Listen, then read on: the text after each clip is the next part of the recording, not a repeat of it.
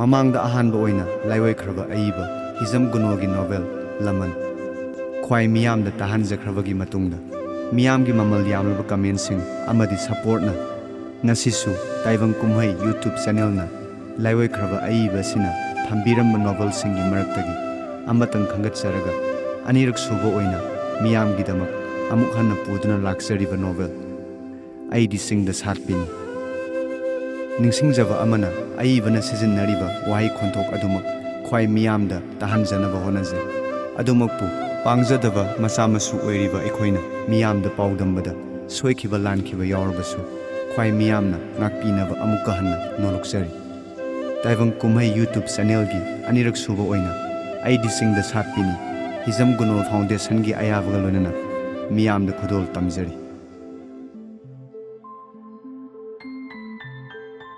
ꯍꯤꯡꯁꯥ ꯌꯥꯏꯇꯝꯕ ꯃꯥꯟꯕ ꯅꯨꯄꯥ ꯑꯃꯅ ꯑꯩꯕꯨ ꯆꯥꯒꯗꯧꯒꯨꯝ ꯌꯦꯡꯂꯒ ꯃꯈꯨꯠ ꯑꯅꯤ ꯇꯤꯡꯊꯣꯛꯂꯒ ꯑꯩꯉꯣꯟꯂꯣꯝꯗ ꯆꯪꯁꯤꯜꯂꯛꯄꯗꯨ ꯎꯕꯗ ꯀꯤꯃꯟꯈ꯭ꯔꯗꯨꯅ ꯈꯣꯟꯖꯦꯜ ꯐꯥꯏꯕꯣꯏ ꯀꯔꯤꯕꯣꯏ ꯍꯣꯏ ꯏꯃꯥ ꯍꯥꯏꯅ ꯀꯧꯅ ꯀꯧꯅ ꯑꯩꯍꯥꯛ ꯃꯪꯐꯥꯎꯅꯩ꯫ ꯃꯤꯠ ꯈꯪꯄꯥꯡ ꯄꯥꯡꯉꯤ꯫ ꯉꯥꯏꯍꯥꯛꯇꯨꯗ ꯑꯃꯨꯛꯁꯨ ꯀꯅꯥꯅꯣ ꯑꯃꯅ ꯀꯔꯤꯅꯣ ꯑꯃ ꯍꯥꯏꯈꯤꯕꯒꯨꯝꯁꯨ ꯇꯧꯈꯤ꯫ ꯀꯥꯗꯨꯗ ꯑꯅꯥꯕꯒ ꯑꯩꯒ ꯑꯩꯈꯣꯏ ꯑꯅꯤꯇꯅꯤ꯫ ꯑꯅꯥꯕꯒꯤ ꯐꯃꯨꯡ ꯃꯅꯥꯛꯇ ꯆꯧꯀꯤ ꯑꯃꯗ ꯐꯝꯅ ꯐꯝꯅ ꯐꯃꯨꯡꯒꯤ ꯍꯤꯗꯥꯟ ꯃꯆꯤꯟꯗ ꯑꯩ ꯏꯁꯥꯒꯤ ꯈꯨꯠꯇ ꯃꯣꯟꯈꯥꯡꯅꯗꯨꯅ ꯑꯅꯥꯕꯕꯨ ꯐꯝꯁꯦꯟꯅꯔꯨꯕꯗꯒꯤ ꯏꯈꯪ ꯈꯪꯍꯧꯗꯅ ꯑꯩꯍꯥꯛ ꯇꯨꯝꯊꯔꯨꯔ ꯃꯥꯜꯂꯤ꯫ ꯑꯀꯤꯕ ꯃꯪꯒ ꯃꯪꯈꯤꯕꯅꯦ ꯑꯩꯍꯥꯛ ꯏꯉꯥꯎ ꯉꯥꯎꯏ ꯉꯥꯏꯍꯥꯛꯇꯨ꯫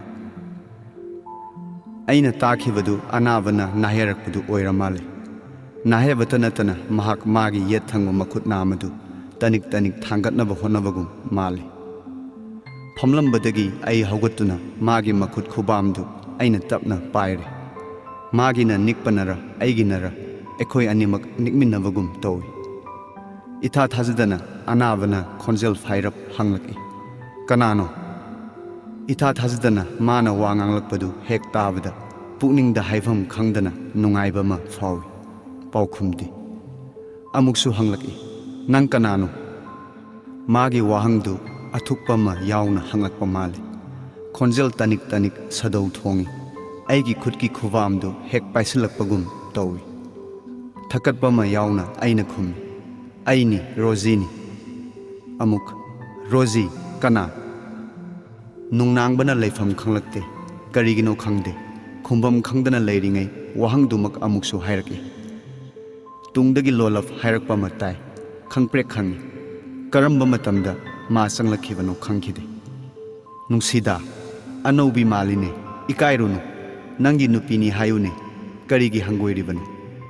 ꯀꯤꯕꯣꯏ ꯈꯪꯕꯣꯏ ꯑꯩꯅ ꯈꯨꯝꯈꯤ, ꯔꯣꯖꯤ ꯅꯪꯒꯤ ꯅꯨꯄꯤ꯫ ꯁꯗꯧ ꯊꯣꯡꯏ ꯑꯩꯒꯤ ꯅꯥꯛꯇ ꯂꯦꯞꯂꯤꯕ ꯑꯅꯥꯕꯕꯨ ꯃꯊ꯭ꯋꯥꯏ ꯌꯥꯎꯅ ꯁꯦꯟꯅꯕꯤꯕꯤ ꯏꯆꯦ ꯅꯔꯁ ꯃꯩꯇꯩ ꯅꯨꯄꯤꯗꯨꯒ ꯑꯩꯒ ꯃꯤꯠꯆꯥꯟꯅꯩ꯫ ꯃꯍꯥꯛ ꯅꯣꯛꯃꯤ ꯅꯣꯛꯃꯤ ꯇꯧꯅ ꯑꯩꯉꯣꯟꯂꯣꯝꯗ ꯅꯨꯡꯁꯤꯅ ꯌꯦꯡꯂꯛꯏ꯫ ꯃꯔꯛꯇꯨꯗ ꯑꯩꯒꯤ ꯄꯥꯎꯈꯨꯝꯗꯨ ꯇꯥꯕꯗꯨꯗꯔ ꯑꯅꯥꯕꯅ ꯁꯣꯔ ꯁꯥꯡꯅ ꯍꯣꯟꯊꯩ, ꯃꯊꯟꯇ ꯁꯣꯜꯂꯤ,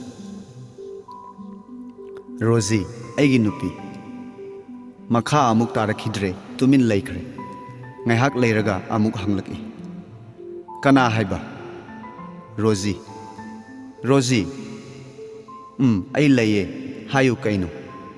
ꯃꯈꯥ ꯊꯣꯏꯗꯣꯛꯄ ꯇꯥꯔꯛꯈꯤꯗ꯭ꯔꯦ꯫ ꯑꯍꯣꯏꯅꯗꯨꯝ ꯁꯣꯔ ꯆꯥꯅꯤꯡ ꯇꯥꯅ ꯍꯣꯟꯊꯩ꯫ ꯑꯗꯨꯒ ꯑꯃꯨꯛ ꯇꯨꯃꯤꯟ ꯂꯩꯈ꯭ꯔꯦ꯫ ꯇꯨꯝꯊꯈꯤꯕꯒꯨꯝ ꯇꯧꯏ꯫ ꯑꯩꯉꯣꯟꯗ ꯄꯥꯏꯔꯝꯕ ꯃꯥꯒꯤ ꯃꯈꯨꯠ ꯀꯣꯝꯊꯣꯛꯂꯛꯏ꯫ ꯄꯨꯛꯅꯤꯡ ꯂꯩꯇꯥꯐꯝ ꯈꯪꯂꯛꯇꯦ ꯃꯥꯒꯤ ꯃꯇꯧꯗꯨꯗ꯫ ꯀꯣꯝꯊꯣꯔꯛꯂꯤꯕ ꯃꯥꯒꯤ ꯈꯨꯠꯄꯥꯏ ꯑꯗꯨ ꯑꯩꯅ ꯂꯣꯏꯔꯣꯏ ꯑꯣꯛꯂꯒ ꯇꯧꯐꯝ ꯈꯪꯗꯅ ꯃꯥꯕꯨ ꯌꯦꯡꯂꯨꯏ꯫ ꯏꯅꯥꯛꯇ ꯂꯦꯞꯂꯤꯕꯤ ꯏꯆꯦ ꯅꯔꯁꯇꯨꯅ ꯁꯣꯟꯊꯥꯡꯅꯅ ꯅꯣꯛꯂꯒ ꯅꯥꯄ ꯆꯤꯛꯅ ꯍꯥꯏ, ꯋꯥꯔꯨꯔꯅꯨ ꯏꯅꯥꯎꯁꯤꯗꯤ, ꯑꯅꯥꯕ ꯐꯔꯅꯤ, ꯀꯪꯒ꯭ꯔꯦꯆꯨꯂꯦꯁꯟꯁ꯫ ꯃꯗꯨ ꯍꯥꯏꯔꯒ ꯇꯣꯛꯇꯦ꯫ ꯑꯩꯕꯨ ꯅꯨꯡꯁꯤꯅ ꯌꯦꯡ ꯃꯈꯨꯠ ꯌꯦꯠꯇꯨ ꯇꯤꯡꯊꯣꯛꯂꯛꯏ, ꯈꯨꯠ ꯁꯣꯛꯅꯁꯤ ꯍꯥꯏꯕꯒꯨꯝ꯫ ꯑꯩꯍꯥꯛ ꯉꯛꯆꯥꯅꯩ꯫ ꯑꯩꯒꯤ ꯏꯇꯧꯗꯨꯅꯔ ꯃꯥꯅ ꯃꯥꯒꯤ ꯃꯈꯨꯠꯅ ꯑꯩꯒꯤ ꯈꯨꯠ ꯐꯥꯔꯒ ꯃꯁꯥ ꯄꯛꯅ ꯑꯩꯕꯨ ꯆꯤꯡꯁꯤꯜꯂꯤ꯫ ꯆꯦꯖꯦꯠ ꯀꯣꯟꯕꯤꯔꯒ ꯏꯈꯪ ꯈꯪꯍꯧꯗꯅ ꯑꯩꯒꯤ ꯌꯦꯠꯀꯤ ꯈꯖꯥꯏꯗ ꯀꯂꯛ ꯄꯦꯟꯅ ꯆꯨꯞꯄꯤꯔꯦ꯫ ꯑꯃꯨꯛ ꯑꯩꯒꯤ ꯈꯨꯠ ꯑꯅꯤ ꯄꯥꯏꯔꯒ ꯑꯩꯉꯣꯟꯗ ꯑꯃꯨꯛ ꯑꯅꯥꯕꯗ ꯑꯃꯨꯛ ꯍꯟꯒꯠ ꯍꯟꯗꯥ ꯑꯣꯟꯅ ꯑꯣꯟꯅ ꯌꯦꯡꯂꯒ ꯁꯣꯟꯊꯥꯡꯅꯅ ꯍꯥꯏ, ꯀꯌꯥꯗ ꯅꯨꯡꯁꯤꯈ꯭ꯔꯕꯅꯣ? ꯃꯤꯆꯥꯕꯣꯛ ꯑꯃꯗꯒꯤ ꯅꯨꯡꯁꯤꯕ ꯏꯋꯥ ꯏꯄꯨꯔꯣꯏꯕꯗꯅꯤ, ꯅꯠꯇ꯭ꯔꯅꯦ ꯏꯅꯥꯎ? Ai mangonda apanana yengba ngamda luraknana khangi. Karigi ikairiba namai mai thongnaga piktak sengtak nungsiriba. Kuchu na daura tamu tamu pulei kuchu ngamjavi. Midyang nayeng sinban yata ayakpadu mangaibi. Muna leng leng satlavi na samnana. Lafu lembra manbi saban murti. Lehi selavi thavom ani. Pumbum tabi na pambom. Seng lavi khwangna pungam thangamdana uravi. Tungyan tarakpana kalakna fam oiravi na thanglen madi. Hairunu kananatavi ita nauron ani karavi aifau kalak inangbu. Karamba nupana nasung langi ngauroi. Apam masen may wainare, nungsi masen may sunare. Natrane. Mamit ne manane noktuna amuksu hai. Isem khangi, mahak thakini nangna angawigum nasamnana ifafa. Sani saroi khangdavam kay awa may khu khangbadu. Hauzikti laikhai taredana. Nasamnanadu ningthina sem saw. Isegine thau manam nungsiba yauri. Afava sempu supuraki. Aina lona purakpani. Hayeng yum salamdaida kegadoribani. Waruranu isemna hairisin. Nafina rondo afava hongdoku. Fazana set saw. Siraga ihe tokpani. Magane hek unavada apam miho poknaba. Yengoi nupadine ithak irang pokhandava yadavani. Mantrani isemna taklivasi. Ipuroivagi mafamdadi oktavigum loinagadobani. Yengoi sayol amatangi duty tabase yumda haningbana ngai na semai. Aikhoi babugane sayol amatang thadoknabase sahi kaya kainabadu mangai. Ingaw hek ngawi. Hek hankhibada mana oiramgadobasi mata amani. Itung koin hek induna sabam thakphamga khangloidobani. Ikai sangoi hangadoriba. Nakhoi anigi mawongsidi sak sare puk thandavi. Tumme tumsit fadavi. Phi sure phi pandavi. Ure leifam khangdavi. Udre ingaw ngawvi. Sumdrane. Mana ngangbadu tabada ai imun mulli. Amuksu noki aivu yenglaga. Karisu warunu inausidi. Mana hek nanglakpa matangsida. Nanga hek thengnabase nangi naraibu farabani. Magisu kanarabani. Nama setnava yadava taibang fani. Upalga uriga lairanga khoimuga. Nupiga nupaga onthokna nungsikraba. Masibu yauramdraba taibang pansibu kari oiramgani. Thina sokman khibadagi tawbani. Hauzikti khanghauraroi. Anaba hek pharakpasidine khara seksanbagi mathau tabani ko. Nanem nakudi lairibra. Machin manaudi kayam yami. Wahangdugi paukhum kari khumsige khallingai. Mahagna anaba romda yengnava ingit tawraki. Yenglubada anaba magi makhut yetu hana dauna thangatuna koima mavadu uri. Aina sangsinduna makhutu tapna pairi. Nursna aigi phamnaba chauki ama singaina singsinbirakli. Sonthangnana aibu phammu hai. Ai phamthare. Magi makhutu aina khut ani sangduna hek pairubada mahak tumin laikre. Aibu lairibra thirakpasu male. Mahakna tumin laikhrabada nursna haikibasing khangning ningsinglaki. Zonga aiga anigi marakta sem sagat khiba magi wakhalgi phajaraba khutsem tarang tarang uraki. Madu hek urubada mahak aibu ekhoi anibu yengligadra khangeng yengthoklui. Adubu mahak karamba matamda thokhibano ka aduda leiramdre. Aina afing afai khanglei leithoklubaduda zongi makhut aigi khutpaiduna leithoklubagum tawravra khangdre. Tumin taramlaba magi makhutna aigi khubamda chena pairaki. Walang amata nganglakte.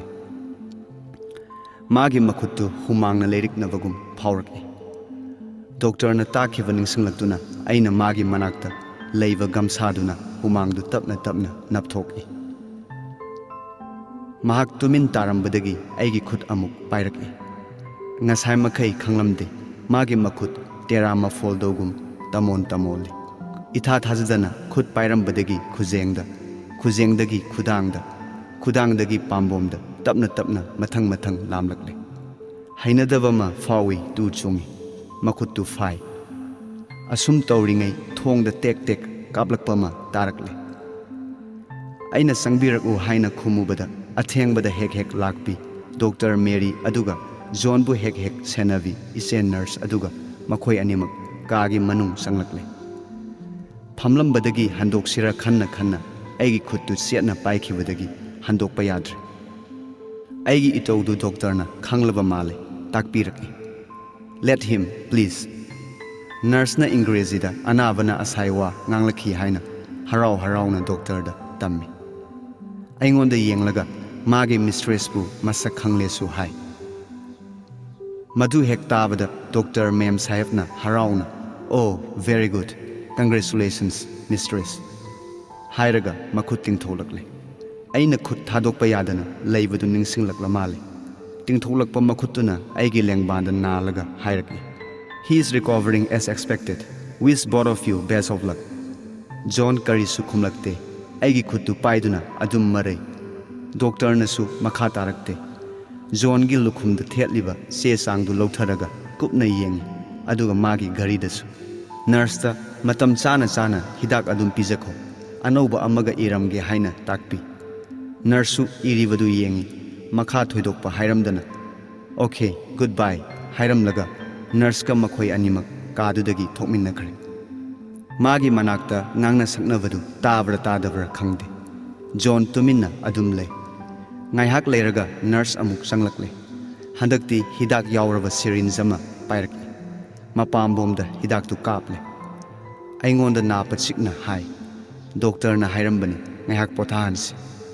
Nangsu pothau waramlani. Hairamlaga mahak satkre. Ngaihak leiraga nurse na haigumladana magi khutpai khara komthoklaki. Sor sangna hondoraki. Mikuf ani ahumgi manungda magi khubam hikthaduna takre. Aingonda amuk pairakhidre. Masa komna nungaina tumtharakpagi mataudu ubada puningda wai sangbama polaki. Adumakpu aibu amuk kaurakadra khanduna magi manakta adum phamduna leire. Magi thot nauraba taifet tairaba makut khubamdu asum yenglambadagi bandage na tangkhai ama yomsillaba mamai mai thonglomda yengkhatlubada aina mangonda khumkhibasingdu khangning ningsinglaki. Swai lawi mihun thahun hauraki. Doctor dasu nurse dasu wafam adu chap manana khumkhrabani. Amuksu ningsinglaki. Nurse na aibu nungsina yenglaga haikibasing haujikta haibagu. Thoklaraba haibaduni tawfam khangdraduna sina thokle laibakta. Maduda da pukning khazik wai sangbagum tawi ngaihaktu. Angakpani tha amarom hifam chavam khangdana magi nakta lelakhibani mihun tadavam khai. Ai itomta natte aigi satra lulung pausuni. Haujik ngaihaksida pumsok soktharaki. Khangba ngamdraduna ngaihak pothage khanduna phamungdugi masiduda khuttamon khangnaduna aihak ngathare. Sor kharadang handoklubada nahan makai kauraba tamna lehoraba ahal oiraba masasu ana laisennaraba imaga aiga aikhoi anigi mateng natana chathok khotokpa phau waraba magidama punamak thadoklage lepkhraba aigi ipa pakhat chaubi imana aigidamak wahauba school thadoklambagi aina wakhiba aigi itaududa aigi ikhul macha aigi satra lulung pauna aigi iteng pangani songtholakhiba mathang ningsinglaki ningsing punamaktu isam samnaraki lausinpham khanglakte ahangba malangda tawthokhibagum tawraki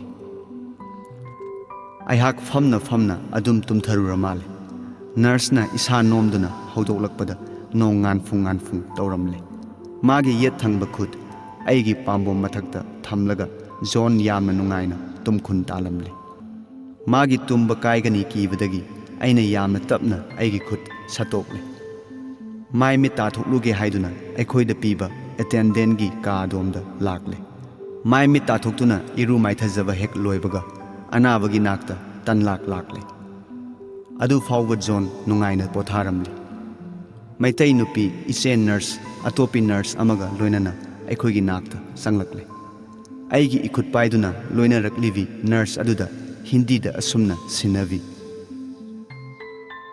inau sigiming Rozi kaubani aigi ipam lamdam Manipur dagini anavasi magi mapuroibani makhoi ani luhonglakpada ngaijaribani aina mai lukthabadu ubada mana aingonda noktuna onsilaki karigi ikairibano angaubi sibu nangidaro maido thangalau nasakto ningthina unab nurse amadusu noglaki aibu yenglaga masu isedugi lenga oina tawi mayum palabini Ai isegi wadu kumpham khangdana tumin adum leire. Mana makha tatharaki. Uredana sister, madi yamni ikai thibani. Aigi nungsizarabi inaun. Aidi hayengdagi medical ward lomda chatlagani. Nangnane ngamba mateng pangbiyu. Numidang puragadaubi adudasu nangna sinabiyu. Phare isem chatlage. Warunu maraina phajaraklagani. Aina su doctor Ma'am Saif Anjali da hairamabani. Aisu lakhini. Aina haibadu kaunu. Aivu nungsina konbiramlaga. Maga loinarakpi nurse tuga loinana thokminnakre. Makhoina thokiba ngaihak leiraga ward attendant amana kaagi thongjinda leplaga aibu thiba mi ama laki aigi kaada ngaihowi haina takle. Aina sangkhibada army officer gi phizol setpa miyai helaba wang sawarba nupa ama leplamle. Aibu hek ubada mahakna maitaironda khoirap tawna hai. Good morning Ibema. Good morning sir. Kari takpigadobano manungda sangbiyu. Ka manungda sangminnare mana phamnaba chauki ama singthoktuna thare. Nang supham ai border road task force ki jamadar ni. Ai kasargi maitai ni.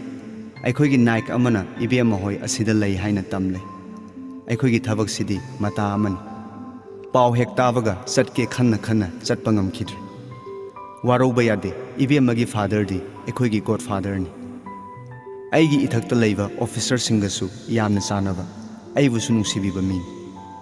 Phana kuire unakhidaba aikhoiga toina unadabanina Ibemadi khanglamdabasu yai. Aikhoigi fizol si selakpa mi punamak iman manabani. Toina unadrabanina pa khangde ibungodudi khara pharabra karam tawre. Khara phare uncle aibu warubiganu aihak bhab tarudre. Karigi waruruni khara thina soki haine haujikti matam se yamna phatre. Paisa munnabagidamag ibungodubu phurambani hai. Ibemagi imung manung oiramalene. Aihak khumpham khangdana leiringai. Ipana ngamdrabanina ichana hotnaba taredana. Ibungogi mingdubu John haibra. Hoi John kawi. Uncle hoigi naik adu onthokna wabikre.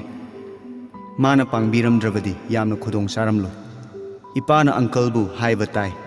Yamna chanaba marupni haiki. Mana anababu mafam sitana pubirambani. Tinava masel awa anada mateng pangnaba hongnabani. Madu wabanate nungaibani. Ai nungbaromda chatkadauba male. Ipagasu unaramge khalli. Anabadu amuktang uningi pau tambada nungainaba. Hainaringai tanjadumaktada nurse ama aibu thirakle. Thongzalda leplaga John na aibu kauri haina taklare. Jamadar phamlambadagi haugalaki. Aiga sangminnagi ninglamale. Ai maga loinana anabagi manaktana chatminnare. Magi manak hek yaubaga John na aibu kauraki. Rozira. Aini kari haibage. Magi manaktana sangsille. Mahak hanagumna makhut yetu tingtholaki. Aibu thibagum. Aina magi makhuttu hek pairubada. Aigi khut chingsillaga sonthangnana hai. Ai yamna ki. Aigi nakta layu. Leige. Kari sukirun. Ahal duda yengna. Phamung machi duda ai phamthare. Hek phamdabaga John na aigi pambom lomda makhuttu marki. Adudagi haksangda. Maida. Aihak yamna hangoina khangi. Ahandu aigi itaudu ubada usinnadana maru lukthaki. Aina hai. John, uncle ama lai. Aikhoi ipagi marupni. Nangi anaba hangba lakpani. Mahak aina haibadu taraba male. Asumna hanglaki. Ipagi marup haiba. Aini ipagi marupni. Nangi anaba hanglabani. Aidi udena. Kadaidagi ugadagi. Maida bandage pullibasidi. Aigi isa pairamba makuttu bandage pulliba adomda maraki. Aina makuttu phai. Lauthokpa yakhiroi. Doctor na lauthokadawni. Lauthokpa yadre hai. Ahal duna khami. Ibungo lauthokpa yadre. Pumpha pharaga lauthokadawni. Pairukhinu. Phare pothanaba tawru. Aisu chatlage. Maraina fajarakani isa sidi. Ibema ipa chatlage. Ayak loina khangle. John, Ibemana Haibduto, Sweden Parakani, Ipat Chatlagi, Hayamuk Lakpada, Paramloko. John gi Makuta, Uncle na Pairaga, Nanbire. Amuk Suhai, Ipat Chatle. John Harauna Kumlai. Aingon the Chatle ingit Toramlaga, Kadudagi Tokre. Ngahak Leraga, John na Amuk, Aibu Kauraki. Rosie, Hayu Karino. Ayam na ki, Nahak Chatkino. Hauzik Laklambado. Oh, Ipagi Marupni. Ipa Haibadi. Aigi Ipa, Hauzik Laklambado, Ipagi Marupni. Karigi Kiriban. Aibu Fagado Bagi, Pumkoi Koiri, Kana Kanano Kangde. Kana Sulaiti, Aitani Ladyba. Uncle Dusu Satkre, Lady Base, Hospital. Hospital. Hospital ni. Karigi Sida Ladyban. Magi Wangang Tabada. Ayhak Swailawi. Akiba ma Polaki. Tazaram Punamak Mankibagum Towi. Asai Makai, Bab Tabagum Torambadu, Kari Tau Kravano Kangde. Magi Makutu, Paina Paina, Tovam Kanglakte. Aina Hai. John. Nahak na Sangam de Duna, Hospital Asida, Lying Liven. Wangangano, Tumina Potao. Ainangi Nanakta, Nangu Sangduna Lady. Karisukirun. Nang Lairabadi, Ay Karisukide. Hek Laitavada, Kanakanano Yamna Lai. Nang Satkin. Hoi, Ay Subsat Satlo. Sor Sang na Hontaraga, Mana Harauna Hiraki. Makoina Lakna Baduna Oira Male, Ayam Wakre, Ising Kaurangi, Kitapita Uba. John, Ping na Kauri Aina, Karigino Kangti. Mana Tapna Kumlaki, Karino. Se, Wangangano, Tumile. Magi Makutu Pairaga, Aina Tapna Nanbi. Makut Masado, Humangna, Lyric Nabagumsu, Tawi. Makuzeng Yona Kupliba, Magi Fritu Takalaga, Humang do Tetoke Yang Lubada, Magi Kuzeng Matakta, Ingrazida, Rosie Haina, Asangba Machuna, Yamna Mayak Sengna, Irambadu Ubada, Ayak Swailaw. Amuksu Yang Lui, Iribadu Banan Lana, Iramli. Kanasu Laite Kangna, Kanagumbana, Uki Gadrak Kiraktuna, Purit Kudangdu, Kangsing Singtai. Aina Wangangano, Haiki Baduna Rakangde, Mahakari Mata Haikidre, Tumil Lakre. Ka Manungdu Unwaimuk Sikre. Asumna Lading, Aikoi Yum the Taruba, Lulung Pauna, Mapandagi Hangli. Oza, Aibu Sanglak Payagadra. Nang Yorok Lavara, Ay Nangbungai Rivani. Law, Sanglaku, Ngarang Lakpra Nangbo. Mahak Sanglakle. Ngarang Numidang, Ateng the Yoroi, Hotel the Adum Lakele. Ipana City Amapirai. Ozana Pibadusu, Ipa the Piram Lavani. Mahak Yamanung Satio, City City du Loksille, Pare, Nangi Ozasu. Wangangle Haine, Se Nursna. Ay on Tokna Nungain and Laklibani. Wabungang Labra. Ngangle. Adudi Anava Faredan. Pare. Yamanungaire. Zonsu Ngangnavadu, Tavagum Towi. Wading Anglakte. Tanzadu the nurse ama Sanglakle. Makutta thermometer hapa, Ligligi glass ama Piraki. John gi temperature Yengadoba Mali. High Gumladuna, John gi Maya Katok Halaga, thermometer du Ningtina Hapsile. Masu Adum Yai. Aisu Ipagi City du Paning Duna, Soki ama Kagi Machi amada Singtoklaga Pamble. City Kaudu Hangdokle.